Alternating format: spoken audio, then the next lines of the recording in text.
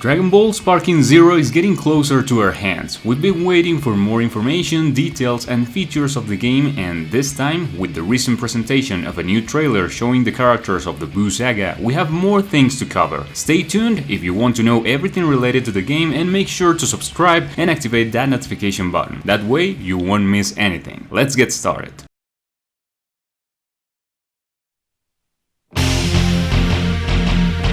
The new trailer brings us once again a sequence of characters belonging to the Buu Saga, accompanied by the original soundtrack of We Gotta Power, an element that hits right in the nostalgia, like the vast majority of the marketing campaign of this game. We can see different versions of Adult Gohan, the Great Saiyaman, Super Saiyan 2, and the Ultimate Gohan, the favorite of many, including myself obviously. I'm going to main this one as you have no idea, but that's not all. Dabura, Babidi, and Spopovich are not left behind, being fighters who repeat their stay from Budokai Tenkaichi 3. I must say that I didn't expect this, since in the first trailers of the game there was a tendency to show all known characters but with new transformations. I suppose to maintain that feeling of familiarity, but I always thought that some additions like Spopovich would be left out. The game engine seemed too advanced for they to have taken the trouble of designing more than 100 characters. However, we now see that I was wrong, and I'm glad I was, especially with pure evil Buu. I swore that this one was not going to enter the roster, but as we see, time and time again, Sparking Zero keeps showing us why it wants to become one of the biggest releases of this year. It looks awesome, and now, practically we have confirmed all versions of Buu in the game. The emphasis of the trailer is to highlight all the stages of this saga, so we have other characters who had already come out like Super Saiyan 3 Goku, Majin Vegeta, or Kid Buu. They all look spectacular, I must say. If you're tired of games being too expensive, at Instant Gaming you can buy all the games you want at an incredible price. You even have the option to get pre-orders and gift cards with a big discount. I've been using it for several years now, and here are my latest purchases to show you guys that it's completely legit, cheap, fast and safe. You can check it out in the link I leave you in the description down below. That would be a huge support for the channel. Let's get back to the video. Despite all the hype that each new trailer of the game generates, I could not help but notice Goku's expressiveness in this sequence. It seems a bit off. I mean, I'm not pretending to hate on these trailers, but I think this modeling looked perfect in previous trailers. Tell me what you think in the comments, it may just be my imagination. On the other hand, everything else looks splendid. This game does nothing but delight me with its technical section. I send a huge greeting to all those who say that the game has PlayStation 3 graphics. Hey, no, but seriously, the people who have commented about that, are you freaking blind? I mean, look at this, how in your right mind you watch this and say that it looks like it's from a PlayStation 3? It blows my mind. Although the most new features we have to comment on are the appearances in the last trailer of the Buu Saga, there is more news that you need to know about the game, guys. Maybe many of you already know this, since you have been following the news throughout other media, but let's talk about the topic of tournaments. At first instance, you look at this and say, oh sure, of course, the Budokai Tenkaichi tournament mode is going to return. Well, it's much more than that. According to the official Dragon Ball Games account on Twitter and the teaser that they revealed to us a few days ago, this tournament mode will now allow offline and online modes. That's right, they will allow you to host your own tournament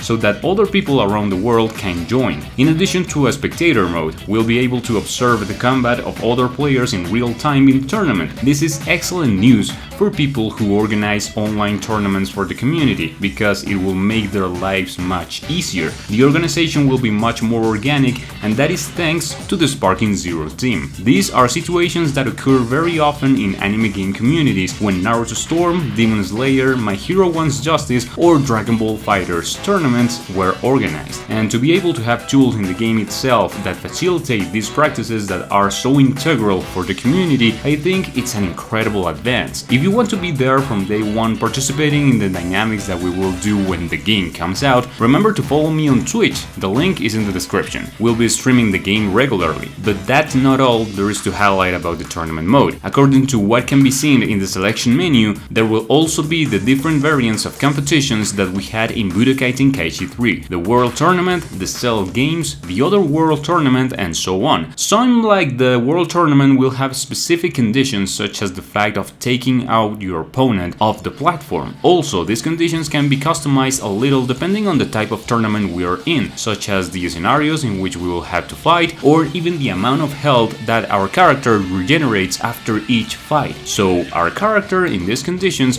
would not have the health fully restored every time another round starts. You will have to maintain a good performance in every fight so that you don't arrive all burned out to the finals. Another element that caught the most attention in these tournaments is that, for example, in the World Tournament there is an option to enable or disable the possibility to fly, and I imagine that this will also happen in the Tournament of Power. A pretty interesting addition that I can't wait to try out. It would be basically like what Kakarot did when it modified his fights so that they were only on the ground. This may give a new perspective to Sparking Zero's gameplay, one we've never seen before. Remember that this option will be available for offline tournament against the CPU or online, but not with local multiplayer due to the split screen issue, which will only be possible in the time chamber scenario.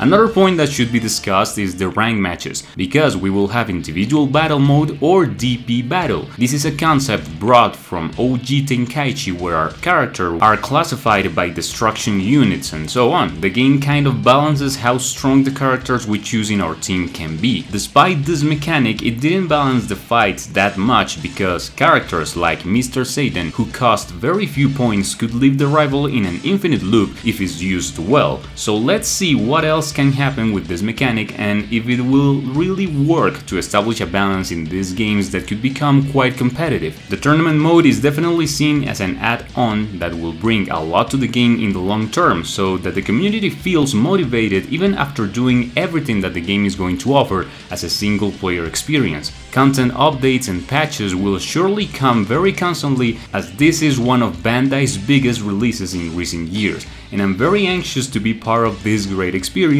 that awaits us on October 10th.